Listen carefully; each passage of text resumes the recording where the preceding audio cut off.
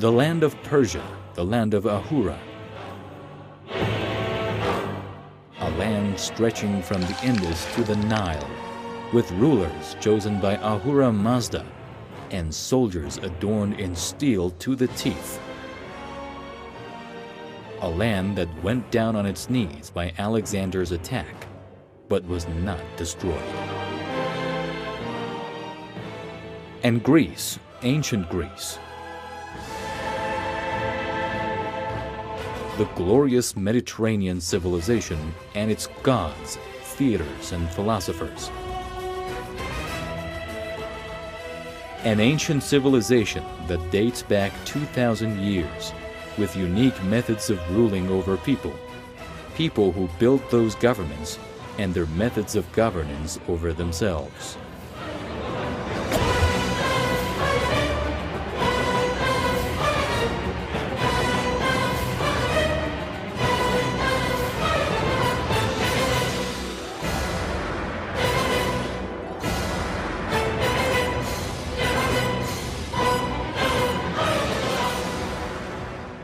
Athens, 392 BC. Socrates is accused of impiety and corrupting the minds of the youth of Athens.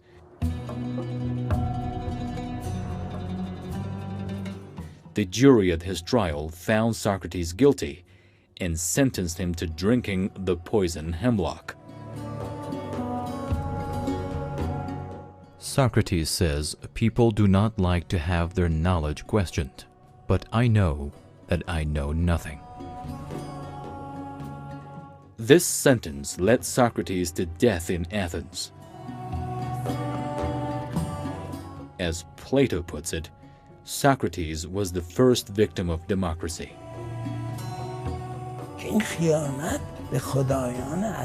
This is a betrayal of our gods. We're giving the reins of affairs to a bunch of people who are thirsty for fame, position, and money. They are destroying the main role of traditions.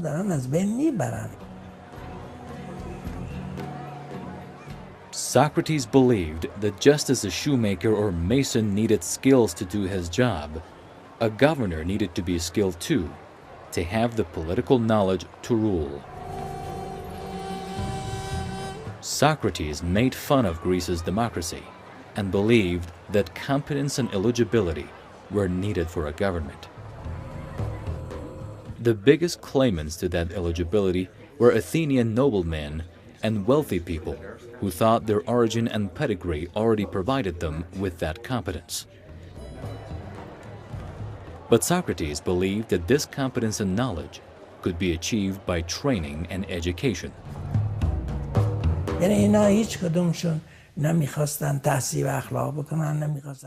of them wanted to have anything to do with morality or justice. They wanted to have nothing to do with intelligence or knowledge. They just wanted power and a system based on the fight for political survival and even lies and deception. Let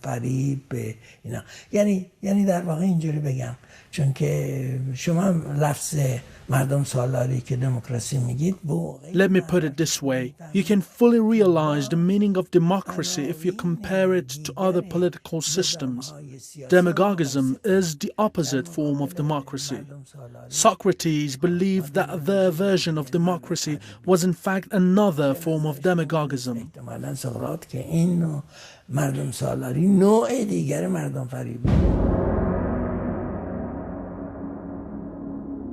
Socrates said, if you kill a man like me, you will hurt yourself more than you hurt me. But he didn't mean the court, he meant the people of Athens.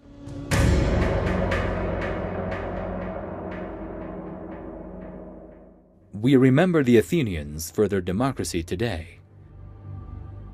But this is not their reality. Athens had three social groups: the rich and nobles, craftsmen and traders, and farmers. The rulers of Athens were called archon. Archon was a chosen ruler who held permanent tenure at first. In 752 BC, it turned into a 10-year position, and then in 683 BC, it became a one-year position. But even that did not change anything. The social inequality and class differences of the Athenians brought about the first sparks of change. The considerable growth in the number of non-Athenians and slaves was a serious threat to the Athenians. In fact, their lives depended on it.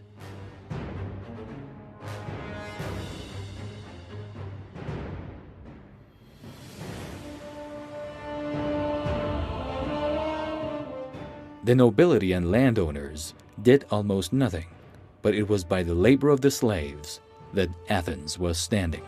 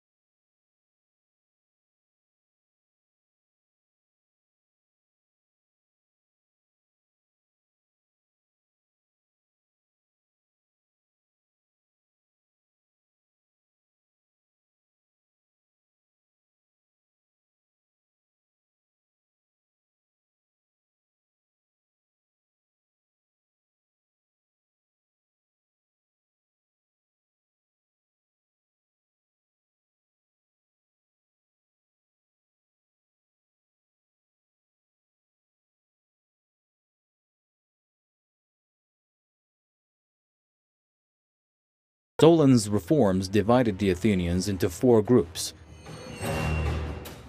Under his laws, the sale of debtors who could not pay their debts was forbidden, and slaves who had already been sold were returned to the country. The most important part of Solon's law was the creation of a council of 400 for selecting archons, in which everyone, except women and slaves, could vote and choose an archon from among nobles and traders. That was the first election in the world, the father of today's democracy.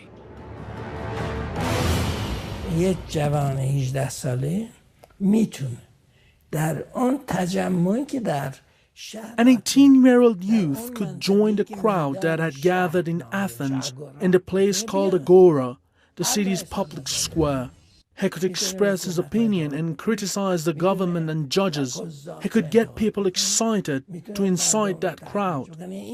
He could argue his opinions with other youth and older people, anyone in general. He could meet influential government officials. It was something very exceptional.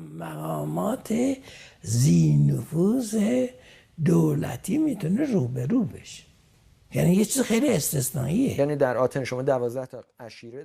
were 12 tribes in Athens. Each one of them lived in a certain neighborhood in the city. Each one of these neighborhoods was called dame, which means a place where a tribe or ethnic group lived.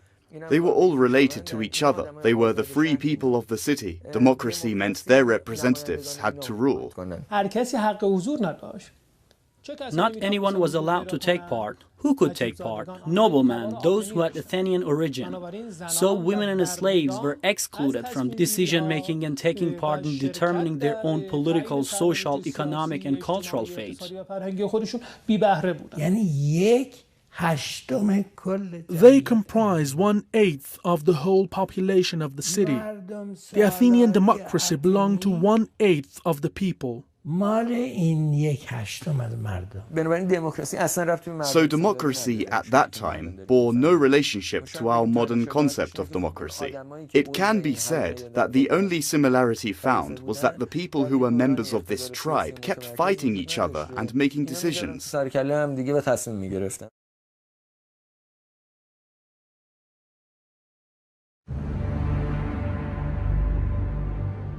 Perhaps it was because of Solon's reforms that Plato put poets behind the walls in his utopia or ideal city. Perhaps it was because he believed that it was poets who sentenced Socrates, his master, to death.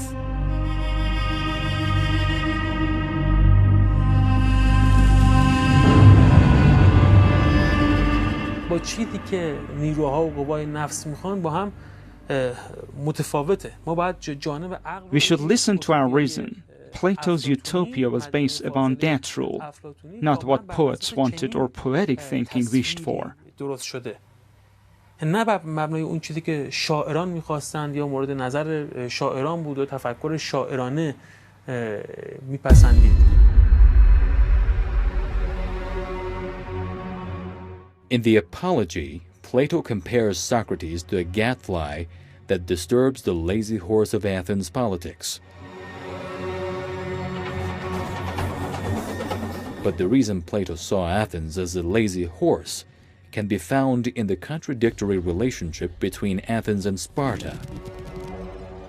In ancient Greece, two Greek governments of Athens and Sparta were constantly at war, both with their swords and their beliefs. Just like the good and bad guys of old stories, they were always at loggerheads, from the method of governance to their treatment of people. The Spartans were soldiers. Sparta had a great military regime that had a government to rule over people. Boys who underwent military training under the care of the government at the age of 6 received a soldier's rations till the age of 30, and then had to eat at garrisons till the age of 60. A Spartan man would be exempted from the life of a soldier at the age of 60. A true Spartan citizen was a military man till the age of 30. There were no exceptions. All their trainings were of the military kind, and they were not allowed to marry before 30.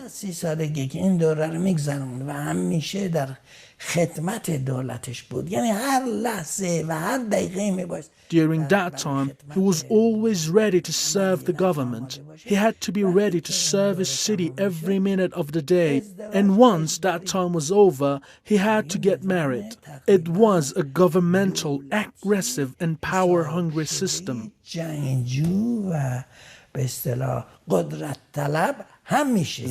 Women fought, men fought, children underwent military training at an early age. Many of them died during the training because it was very tough and grueling. What you have heard about them leaving disabled children to die is probably because of this. They only wanted children who could fight. This military state was governed by two kings, a king for war and a king for peace. One ran people's daily affairs and the other planned war strategies. But the structure of the government was based on consultation.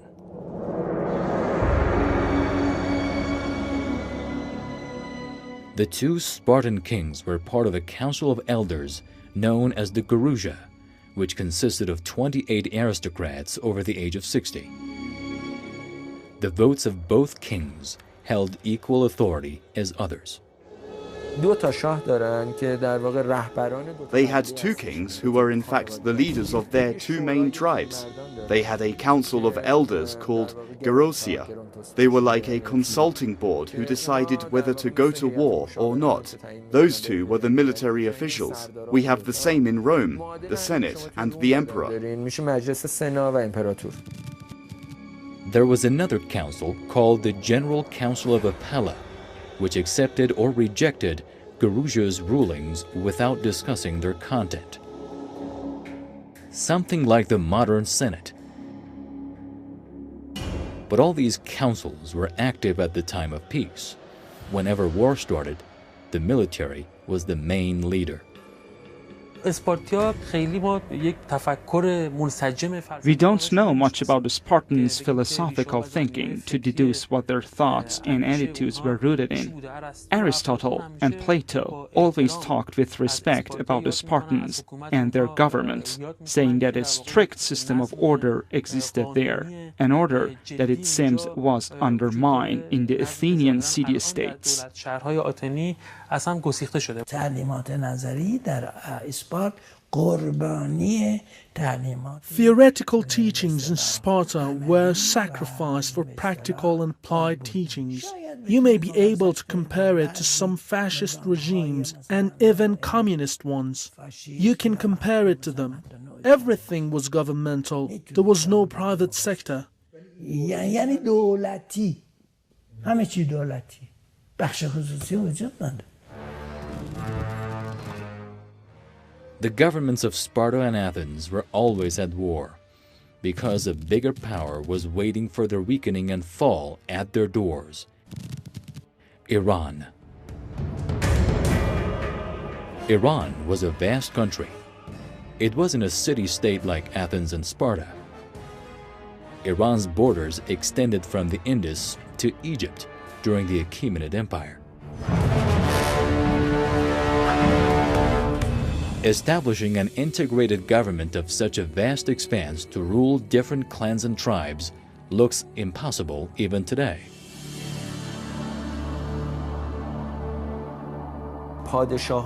Every region had a different king who belonged to a similar ethnic orientation or political system. For example, they are Persian, and they all obeyed a king of kings. And this pattern is what defines the Iranian political structure by the late pre-Islamic period and a little afterwards, during the Islamic period.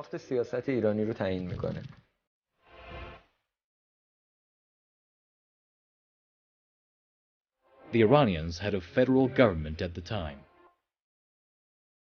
When Darius said, "I am Darius, the great king, king of kings, the king of countries," he was implicitly talking about a federal country.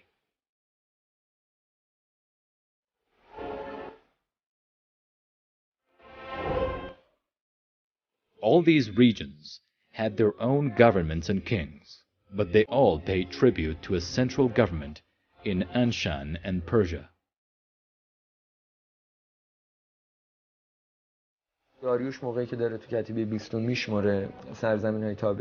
When Darius is talking about his subordinate regions in Bahistan inscription, he says he has 23 dachioms, which can be translated into province or state.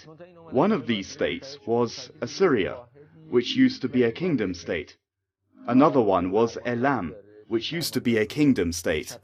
At that time, they all came together and united, and this united country had one ruler, who is called Kheshatra Pavand, which can be translated as governor, better known by its Greek translation, satrap. Satrap is a governor who plays the role of a king, like in old kingdoms.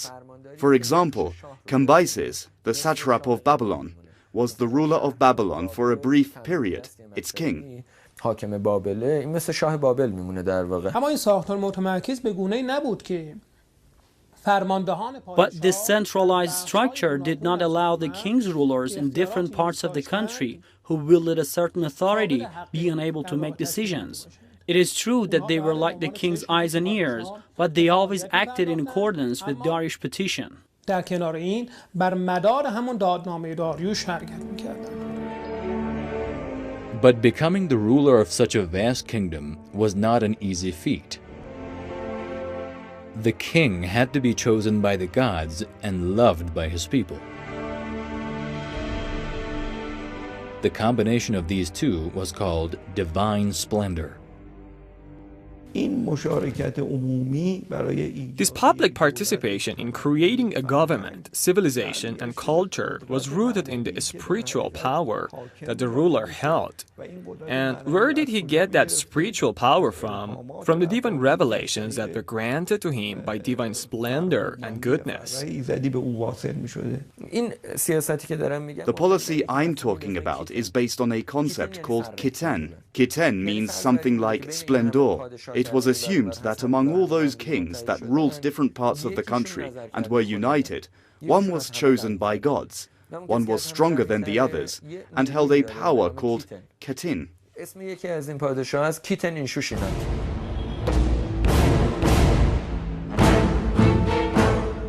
The concept of divine splendor was rooted in power. Anyone who became king had this splendor. Sitting on the throne entailed having this splendor, and anyone pulled down from his throne had lost his splendor. No one could become king without divine splendor. In Iran, when someone became king, he had the God's approval without a doubt, and people obeyed God's bidding. People bowed to the gods, not to any kings. Those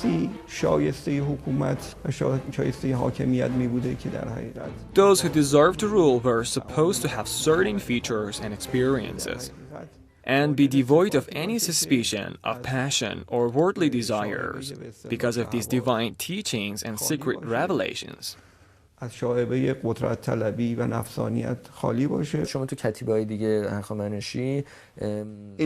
Achaemenid inscriptions, you can find direct references to key words that show this policy. Ahura Mazda is the god who created the earth, people, and happiness. A serious question is, why these three? That's what was said in the past, for example. Marduk is a great god that created the king of Babylon. Ashur is the great god that granted victory to Ashuri soldiers. Why earth? Why people? This is the first time people are mentioned. Why happiness? It's very odd. People's happiness.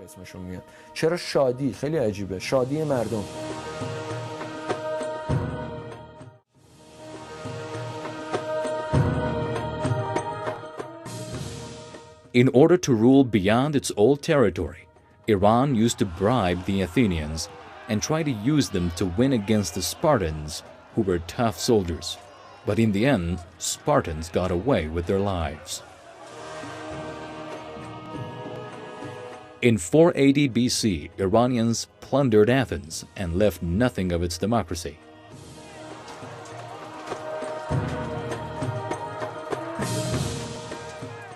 Spartans barely managed to keep their ruling traditions. In fact, at the time of war and hardship, what remained of Greece's thinking was the rule of soldiers, not the rule of democracy. Later on, the Romans, who built their civilization on the ruins of Greek traditions, remembered that. در واقع اتنی‌ها به لحاظ فرهنگی نفوذ گذاشتن. The Athenians left a cultural influence. Spartans turned into that great Roman army later on. This tradition travels to Italy. Don't forget this. The main principles of Rome's great army were taken from the Spartans.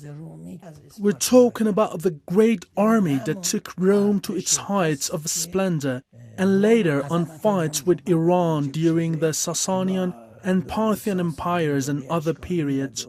The Roman Empire is very different from Greece's democratic system. امپراتوری نظام امپراتوری دیگه. این نظام امپراتوری رومی فرق داره با نظام دموکراسی یونان. The Roman Empire had a Spartan nature. It was a military state. However, it had a senate like that of Athens. and was divided into eastern and western states, a small example of Iran's federal government under Achaemenid rule.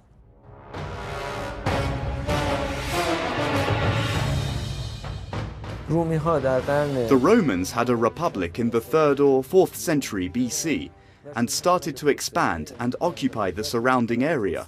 They occupied Etrusca in northern Italy, thus uniting Italy.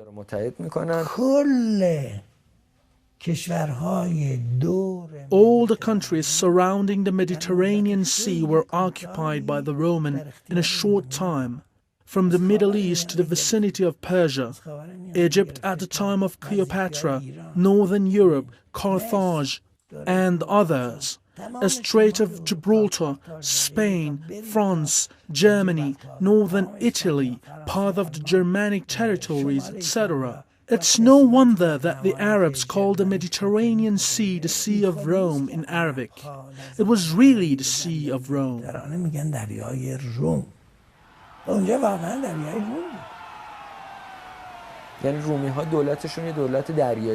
The Romans' government was a maritime one. They traveled a lot by ship, unlike the Persian government, which put great emphasis on land.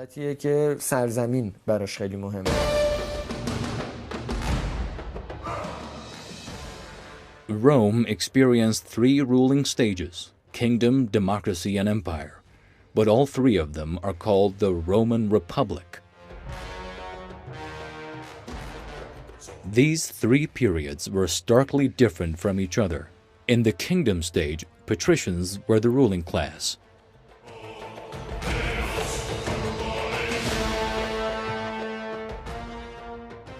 Patricians were the heads of families that had inhabited ancient Rome since its establishment, and the Roman kings were representatives that served the patricians' interests.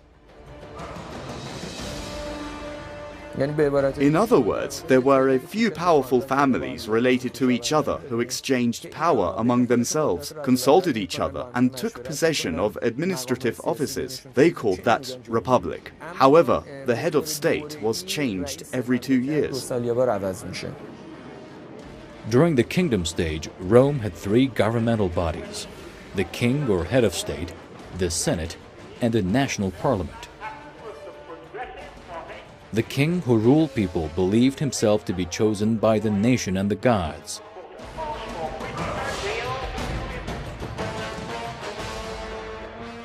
After a while, just like in Athens, social class conflicts started. Conquests and occupying the Mediterranean shores fanned this flame, and most of the people rose against the patricians.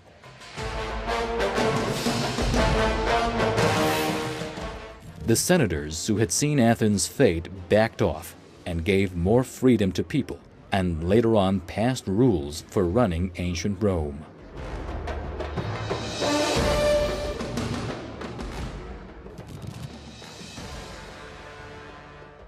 According to those rules, people had the right to choose their own king.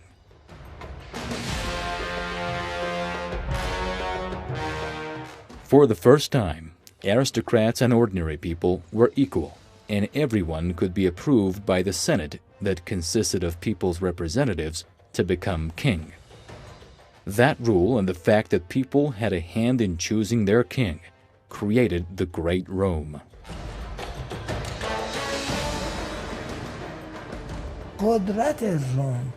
Rome's power, unlike Greece, was not centralized at a certain city, either for its protection or for defending it.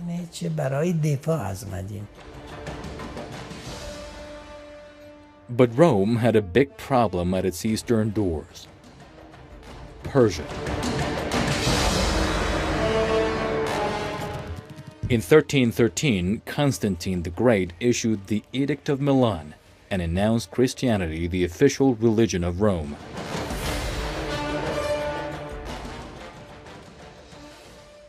Before that, Romans lived with the gods borrowed from the Greeks and changed. Before that, Christianity was always considered a threat for Rome. Rome needed a factor to unite against the disagreeing domestic forces, that is the vanquished European nations and a great external power, the Sassanid Persia. Christianity was that uniting factor. In 313, the Roman Empire was ruled by Constantine, who was a very powerful emperor. He suddenly announced that Christianity should be the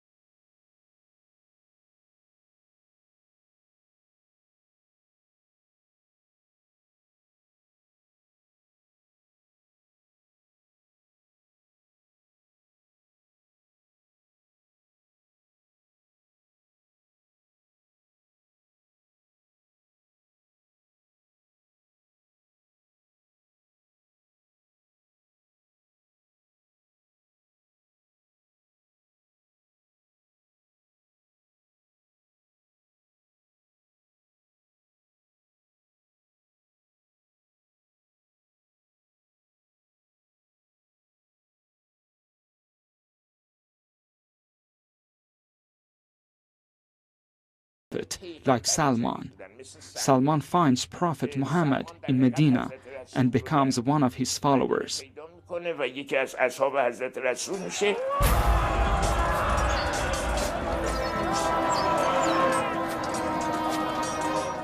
It was no longer the ruling priorities and conflict of interests that turned Persia and Rome against each other. Christianity was put against Zoroastrianism, and a new era in the history of the world had started. Orientalists call this period the era of Eastern dictatorship, but that's a Western point of view. What history has remembered about that period is the skin of democracy in the West and dictatorship in the East. This is a part of a Western religious historiography that disqualifies anything that is pitted against Christianity.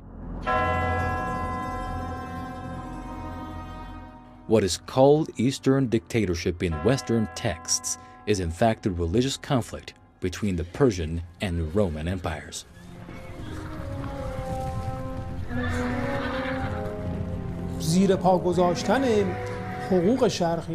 Ignoring the rights of the Easterners was something that existed in the West and Europe since long time ago. You can see in Greek works that many Greek authors do not mention many important parts of history or presented a distorted version of it.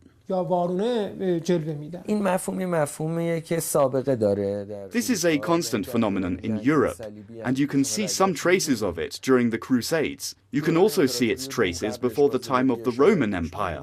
It continues during the colonizing activities in the 17th and 18th centuries, and its peak in the 19th century.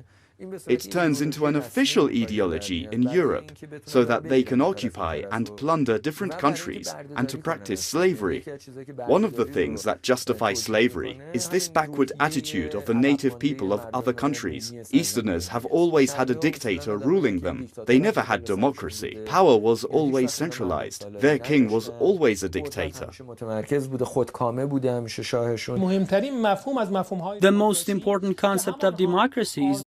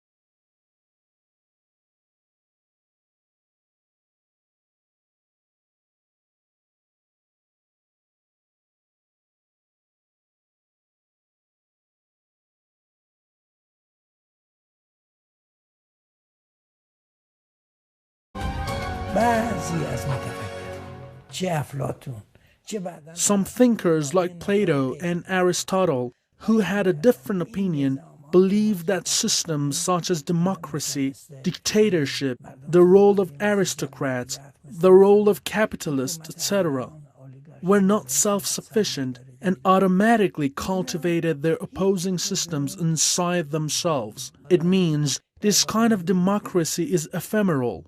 It lasts for some time and then breeds another system inside itself. یه نظام دیگری رو ما به وجود میاره که حتی در مناسبات جدید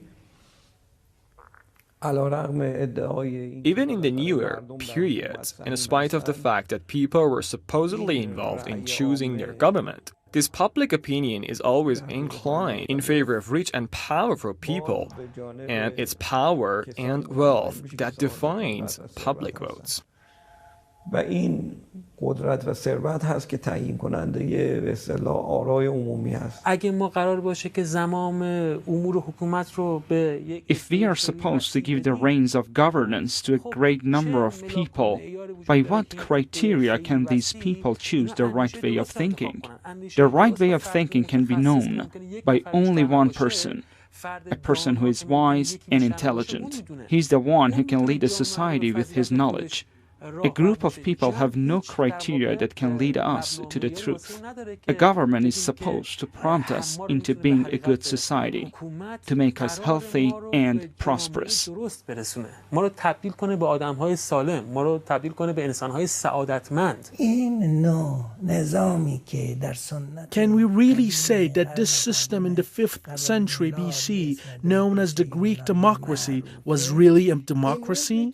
بپرسیم که آیا واقعا یه دموکراسی بوده یا نه؟ خب اینها خب نمادهای دموکراسی چه؟ Well, what can be the signs of democracy? Everyone having their own way of thinking or constantly living with the fear of losing his life, wealth and other belongings. جانش رو، مالش رو یا ناموسش رو از دست بده. داریوش میگه تو اگر In the Behistun inscription and Naqsh Rostam, Darius tells his children, if you want to live in peace in your country, keep an eye on the Persian people. By keeping an eye on people, he meant supporting and taking care of them. رسیدن به مردم. Democracy underwent many ups and downs after that, and was interpreted in different ways.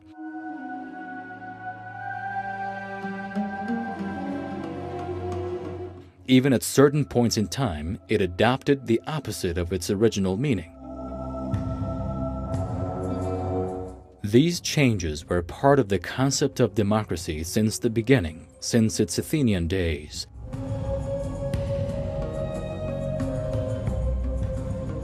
At the time when Socrates gathered young people in the Athens bazaar and encouraged them to doubt their gods, values, and themselves.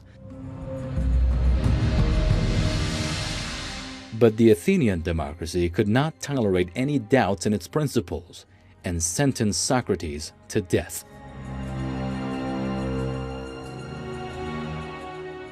If democracy had let Socrates' voice be heard at that time, perhaps we would have a different world today.